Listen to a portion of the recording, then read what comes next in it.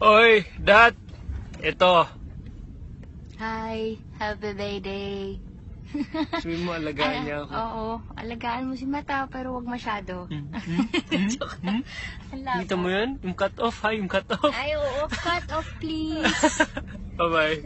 Trip sa Cebu. Ganito sinelebrate ni na Mateo Guticelli at Sara Hieronimo ang kanilang 3rd anniversary as a couple. Madalas, mailap ang dalawa sa pagbabahagi ng kanilang relasyon.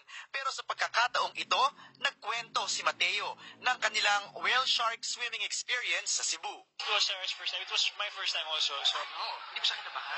magaling yan maglangoy. Magaling. Matagal na nilang plano ang pagbisita sa hometown ni Mateo. Mama loves her. I mean, Mama treats her like her own, I guess. Ang tawag sa kanya, anak na? Hindi naman. Ang tawag? She doesn't Mama doesn't really call anak. She just calls, Sarah. Ang tawag ni Sara sa mami mo?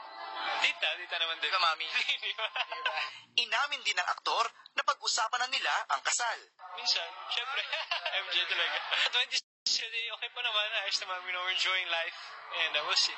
Yeah, but we always have to think about future also.